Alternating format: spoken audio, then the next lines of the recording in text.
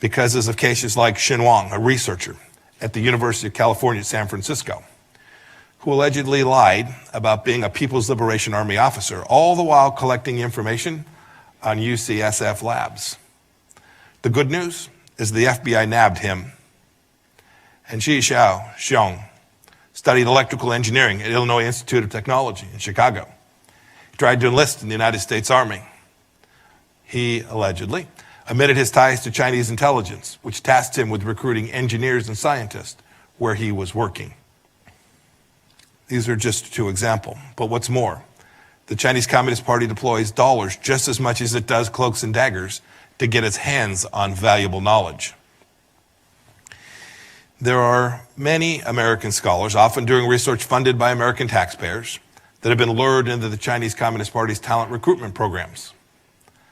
The CCP pays them what is for them a fortune to do research related to their current fields for or in China, and then often uses the fruits of their brainpower to build its military strength. A researcher from my home state of Kansas was caught up in this trap, as was the Harvard chemistry department head. Think about that. Yang Zhuping, a student from China, delivered a commencement address at the University of Maryland back in 2017, just a couple years back now. She praised the fresh air of free speech. She was soon demonized and harassed by CCP propaganda outlets. I promise you, while I cannot tell you everything, that was no coincidence. One University of Georgia student said of the CCP secret police in 2018, quote, "They have harassed me repeatedly and asked me to give them information about the activities of overseas democracy activists and dissidents. And they are particularly interested in the activities of Uyghurs and Tibetans," end of quote. Some of the CCP's biggest victims on campuses are innocent Chinese nationals themselves. And this is a tragedy. We have a responsibility to police this. Another example, at Princeton, just this year, students in a Chinese politics class were forced to use code names on their work, lest the CCP discover their identities and prosecute them for free expression of views on Hong Kong and the CCP under its draconian new national security law. That's right here. This happened right here in the United States of America. American students talk about safe spaces as shelter from ideas they dislike. Chinese students need safe spaces to learn of the ideas that they love. What a stark contrast. Students from China at American universities also live in fear that their families back home will be arrested, will be interrogated, tortured, or worse because of the things they say in an American classroom. But look, the CCP doesn't just target Chinese nationals. They want to influence American students as well. Look, they know that left-leaning college campuses are rife with anti-Americanism and present easy targets for their anti-American messaging.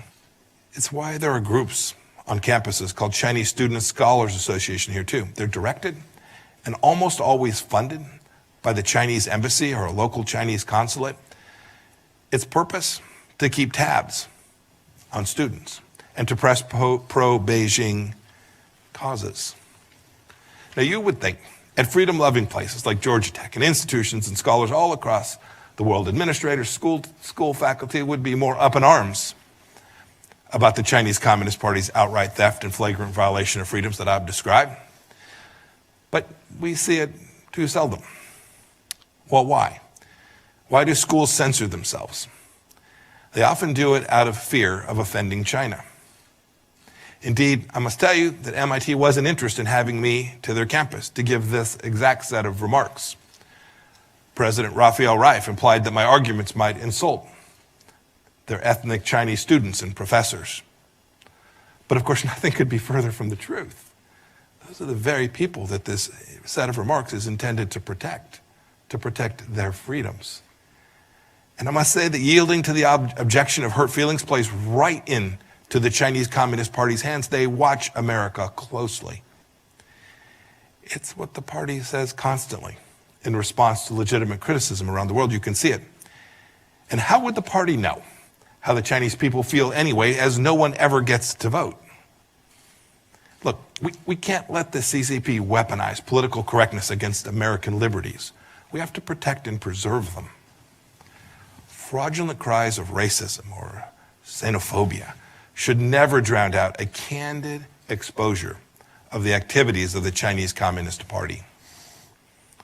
But we see too often on American campuses that there's silence and censorship.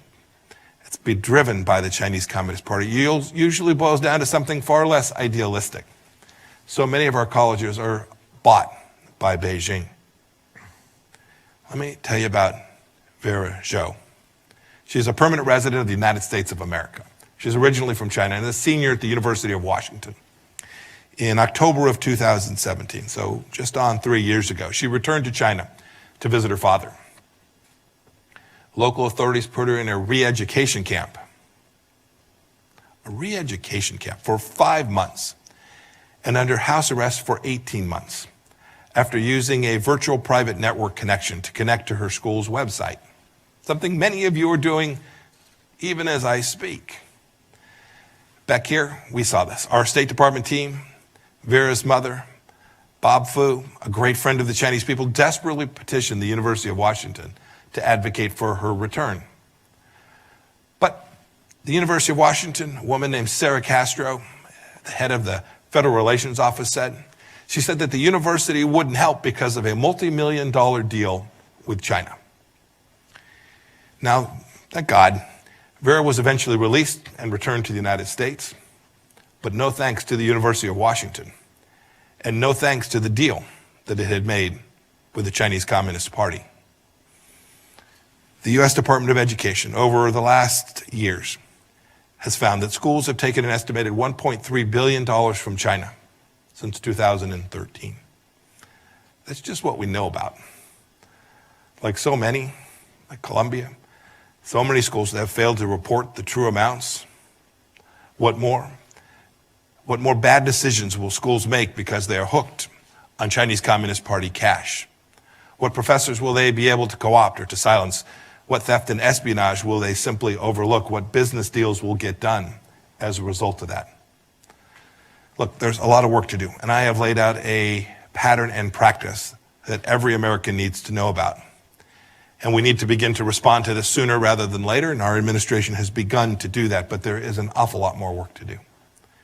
We cannot allow this tyrannical regime to steal our stuff, to build their military might and brainwash our people, or buy off our institutions to help them cover up these activities.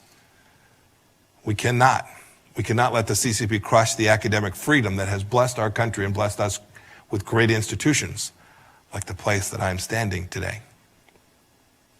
But we need your help.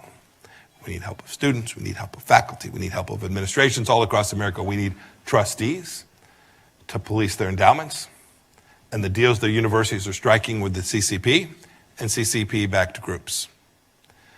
We need administrators to close Confucius Institutes and investigate what so-called student groups backed by the CCP money are actually up to on their campuses. The government will help, but we need people to assist us. We need researchers to be vigilant against fraud and theft, and the academic community to reject the CCP's financial siren songs. And we need students to truly stand for free speech. The free speech for themselves, those who grew up here in America, and especially the free speech of Chinese students who are on our campuses, who are here to study and learn and to improve their rights, their lives, and to enjoy the fruits of the freedom that we provide them here in the United States of America. Look, we need you all to speak truth to power in solidarity when administrations exert pressures on censorship, as has so often happened to protect deals with Beijing. Let's do this. Let's carry forward a banner of freedom to defend our schools, what these institutions were built upon. It will aid our national security.